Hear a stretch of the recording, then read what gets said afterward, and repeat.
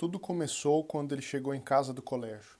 Rapaz de 16 anos, estava meio estranho, e, e a família preocupada, etc. Um dos dias seguintes, os pais foram rezar o terço à noite, e quando começaram a rezar, de repente os quadros todos da parede viraram de cabeça para baixo sem cair. No final das contas, o rapaz estava possuído do demônio, e o demônio não estava aguentando o terço. Mas como é que ele ficou possesso? É uma história realmente impressionante e uma parte da qual eu mesmo assisti, eu vou contar hoje, mas eu vou contar não para assustar, eu vou contar porque a gente vai ver no desenrolar da história que tudo o que aconteceu, quão grande é o poder da igreja e o porquê que Deus permite as possessões. Depois, o perigo que é a internet e as más companhias, sobretudo para os jovens, e como é importante a gente utilizar certas armas contra o demônio, sobretudo nos dias de hoje que ele está solto por aí. Muito bom dia, meu nome é Daniel Martins e esse é o canal dos Santos Anjos.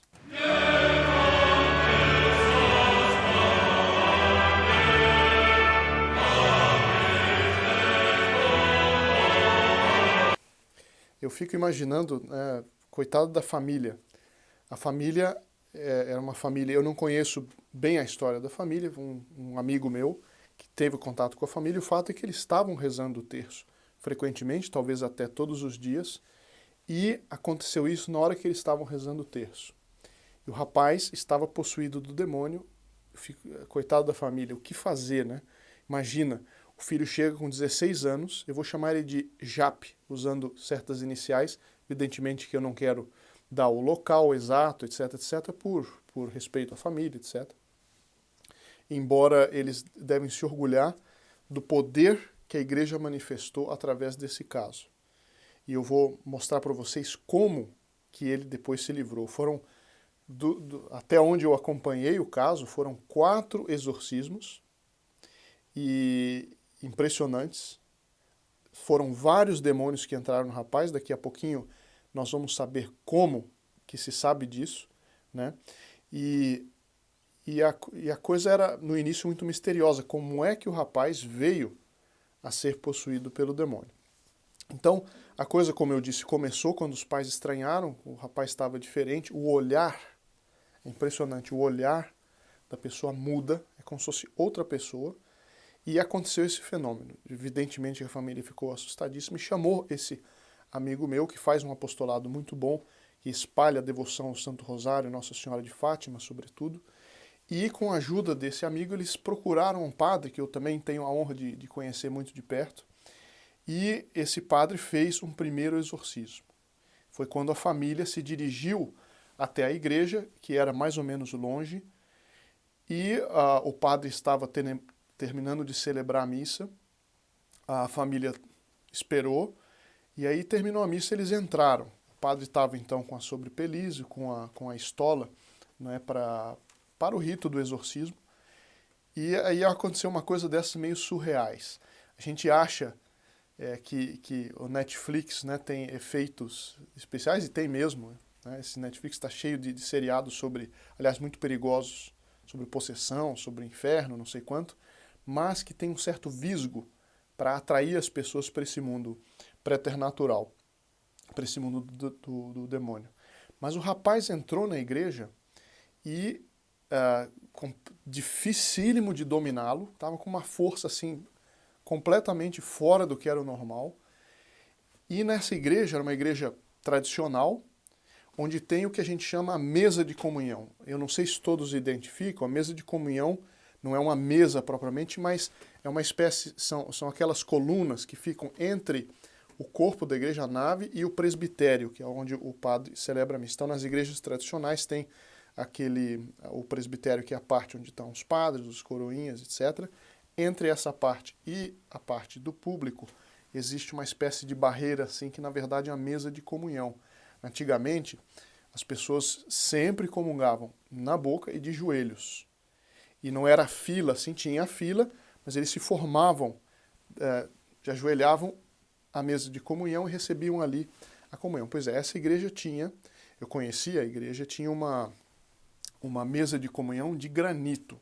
E eram várias camadas, tinha uma coisa bem grossa. Pois é, o possesso foi lá e deu um chute. Não aconteceu nada com o pé dele. Deu um chute, mas o granito se estilhaçou em vários pedaços. Primeiro subiu assim no ar, como que dançou assim, pá, se estilhaçou em vários pedaços. Foi o primeiro exorcismo, esse eu não assisti, me foi relatado. Bom, o fato é, para encurtar um pouco a história e ir para a parte mais importante, o fato é que o demônio saiu, o rapaz ficou livre, mas passado um tempo, o demônio voltou. Não é? Vocês vão ver daqui a pouco por que o demônio voltou. Bom, os demônios, né? Porque eram muitos demônios. Se lembra no Evangelho que Nosso Senhor está fazendo um exorcismo e ele ordena que o demônio diga qual que é o seu nome. Ele diz, meu nome é Legião, porque eram vários, né? Se lembra aquela passagem que Nosso Senhor manda o demônio se jogar nos porcos. Aí os demônios, então, saem daquela pessoa que estavam atormentando, entram nos porcos e os porcos se precipitam no lago de Genezaré. Se eu me lembro bem os detalhes, vocês devem se lembrar dessa passagem da Sagrada Escritura.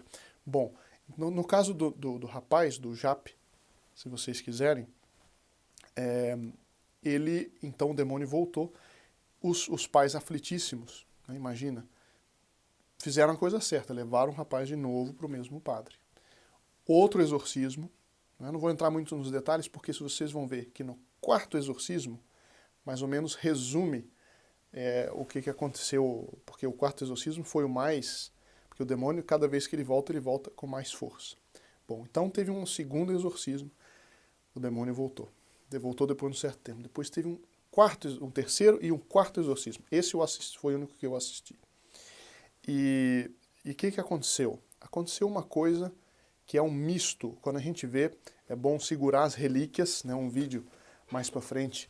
Eu vou contar sobre as relíquias, eu tenho essa bolsa com relíquias de alguns santos, água benta na mão, para assistir, não é, o exorcismo.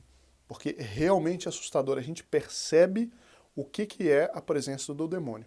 E aqui eu queria explicar uma primeira coisa, que é justamente o papel do nosso canal, não é contar uma historinha e pronto, acabou, para a gente ficar assim impressionado, depois dá na mesma, não. Eu estou contando essa história porque o demônio, ele normalmente, ele não gosta de se manifestar.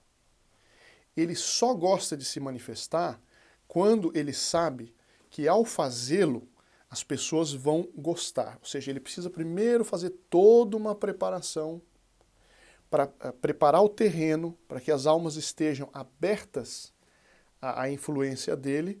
Aí então ele gosta de se manifestar. É o que a gente está vendo aí, igrejas satânicas nos Estados Unidos, né, cultos satânicos, estátuas satânicas em vários lugares, bruxaria que vai se tornando aí comum em determinadas regiões, e o Brasil não está livre disso, vocês sabem muito bem. O fato é o seguinte, é que nessas ocasiões o demônio gosta de se manifestar, mas normalmente, se as pessoas não estão preparadas, quando ele se manifesta, as pessoas sentem o horror que ele é. E às vezes Deus permite que o demônio se manifeste através de uma possessão, por exemplo, né, para que, com aquele choque, as pessoas mudem de vida e se convertam. Às vezes, muitas vezes, se não sempre, é uma misericórdia de Deus quando ocorre uma possessão. É muito dolorido para a família, para a pessoa que sofre, mas muitas vezes é algo que faz bem para as almas. Por isso que tem alguns autores, também, até antes que eu me esqueça, eu convido vocês a se inscreverem no canal, que nós vamos tratar disso, da questão dos exorcismos, da questão dos ataques dos demônios, a proteção dos anjos, etc. Mas, um dia nós vamos tratar sobre isso, como que a possessão é um fenômeno, dentro do conjunto das ações do demônio, é um fenômeno muito raro. Hoje em dia está cada vez mais frequente por causa da presença do demônio. E porque as pessoas estão se preparando para gostar da manifestação dele. Então inscreva-se para esses próximos vídeos. Mas então, voltando ao caso do rapaz, de 16 anos, né, imagine. Então, nesse quarto exorcismo, a fama do sacerdote estava crescendo e outros vieram para serem exorcizados. O sacerdote primeiro exorcizou esses outros casos que eram menos complicados. E aí começa a beleza dentro dessas cenas assustadoras. E a beleza é a seguinte, é como a igreja tem poder mesmo. Esse rapaz, 16 anos, hein? Ele estava sendo segurado por mais ou menos 10 pessoas. Deixa eu ver se eu me lembro bem. Tinha um sujeito forte assim segurando pelo pescoço, 2 segurando, 2 em cada braço, 2 em cada perna, portanto eram 9, não eram 10, não eram 9. E o rapaz ainda assim se mexendo e os dedos dele se mexiam do modo que ninguém consegue fazer, quase como se fossem umas cobras, assim, uma coisa horrorosa. Mas o mais terrível era o olhar. Era até ruim ficar olhando. Um olhar que não era o do rapaz.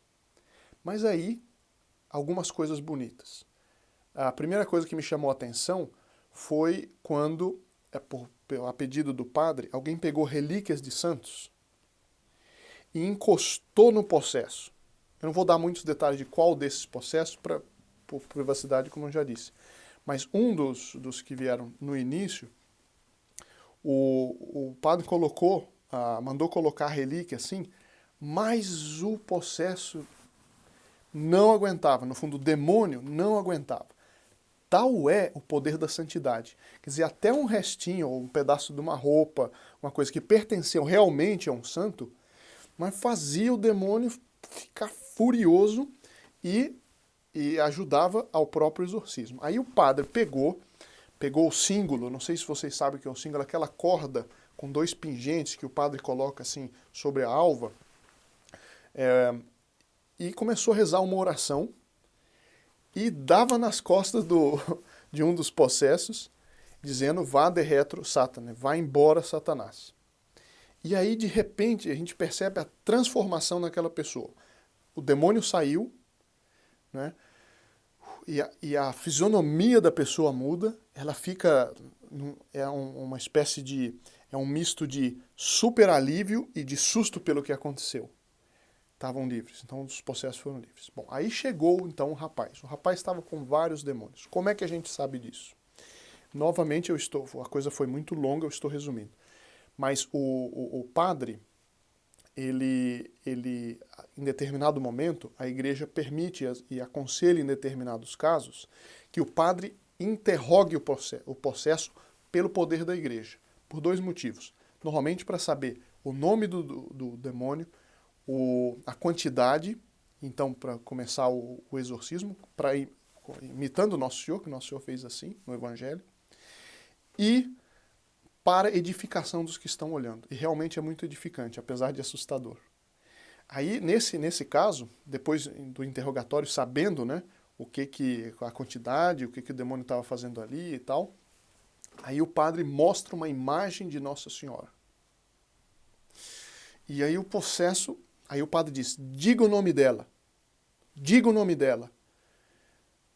E aí o possesso, assim, estribuchando, querendo avançar em cima do padre, e ele não consegue dizer. Porque Nossa Senhora, meiga, carinhosa, materna, ela é o terror dos demônios. Porque mexe com o filho para ver como é que fica a mãe.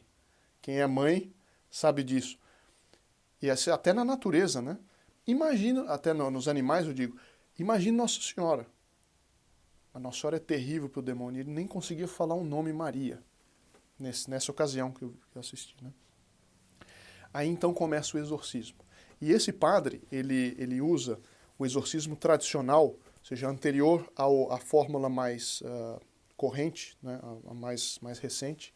E eu falei com um outro exorcista e ele me confirmou isso. Eu disse, olha, eu não sei explicar bem porquê, mas a fórmula tradicional é muito mais eficaz no exorcismo do que a fórmula recente.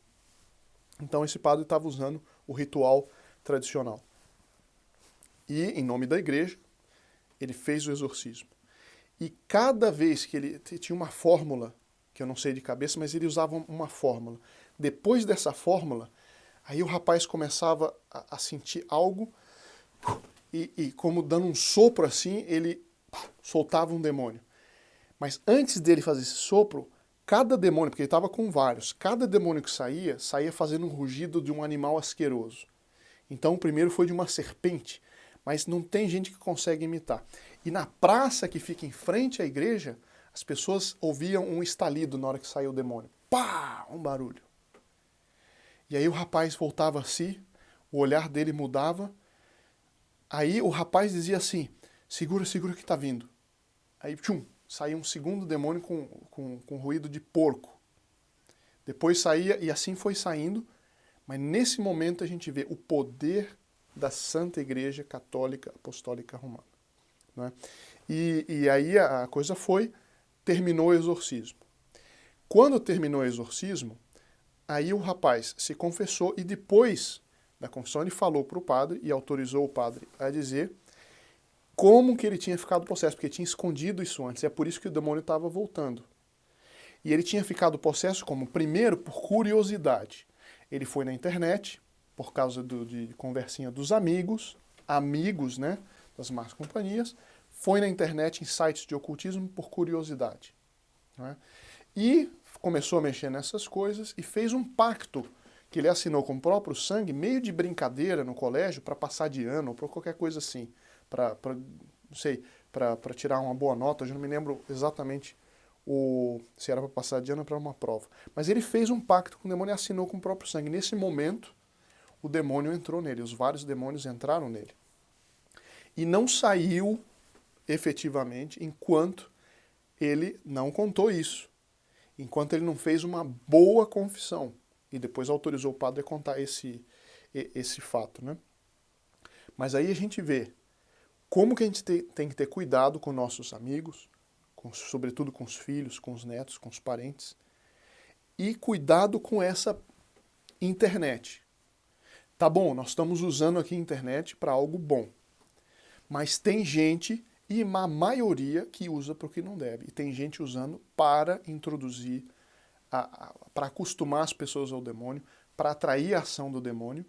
E nós temos a obrigação, seria falta de prudência, não utilizarmos, não é, as armas que Nossa Senhora põe em nossas mãos. E eu queria lhes oferecer já, bem rapidamente, uma das armas, das mais poderosas, é a Santa Missa. Então aqui embaixo tem a descrição, você pode com facilidade colocar suas intenções para a missa desta sexta-feira. Tem alguns padres, e eu sempre os agradeço aqui no vídeo, por garantirem que em toda santa sexta-feira, não é toda sexta-feira santa não, é toda sexta-feira, tem uma Santa Missa celebrada por todos aqueles que ajudam a expandir o canal, a inscrever-se, a compartilhar, não é? E ponha lá nesse site, está aqui na descrição do vídeo, ponha as intenções ficam guardadas, não são publicadas evidentemente, mas as suas intenções estarão na Santa Missa e depois da Santa Missa elas são apagadas inclusive do computador que faz, né, que transfere as intenções para que a missa seja rezada nessas intenções. Peça pelos seus amigos, se você tem alguém que é atormentado pelo demônio de um jeito ou de outro na sua família, peça por ele, a missa tem um valor infinito. Mas outras armas que nós vamos ver, né, ao longo desse canal, por isso é importante você inscrever-se e nos ajudar, dar seu like para que o canal cresça, né, para que o canal cresça e com isso nós atinjamos o maior número de pessoas para, conhecendo as artimanhas do demônio e conhecendo o mundo maravilhoso dos anjos, nós possamos combater esse maldito que possuiu esse rapaz do qual eu estou contando a história. E aí a gente vê então, a missa, depois a confissão, e nós vamos ver com mais detalhes o poder das relíquias. Só que também tem o seguinte, depois do exorcismo, depois da confissão, é preciso mudar de vida. Não adianta, pode fazer o exorcismo que for, pode rezar o que for. Se a pessoa não te pedir, pelo menos, a Nossa Senhora a mudança de vida, né, não adianta no longo prazo. E é possível que até o demônio volte, como o nosso Senhor diz, 7 vezes pior. O que essa história nos mostra? Vocês veem que eu não contei todos os detalhes ainda, em outros vídeos eu contarei outras coisas, mas aqui já dá para a gente ter uma noção da importância, da seriedade do assunto. Você vê que nós vamos tratar amanhã de 5 armas poderosas contra o demônio no nosso dia a dia. E eu agradeço muito a atenção de vocês e até amanhã.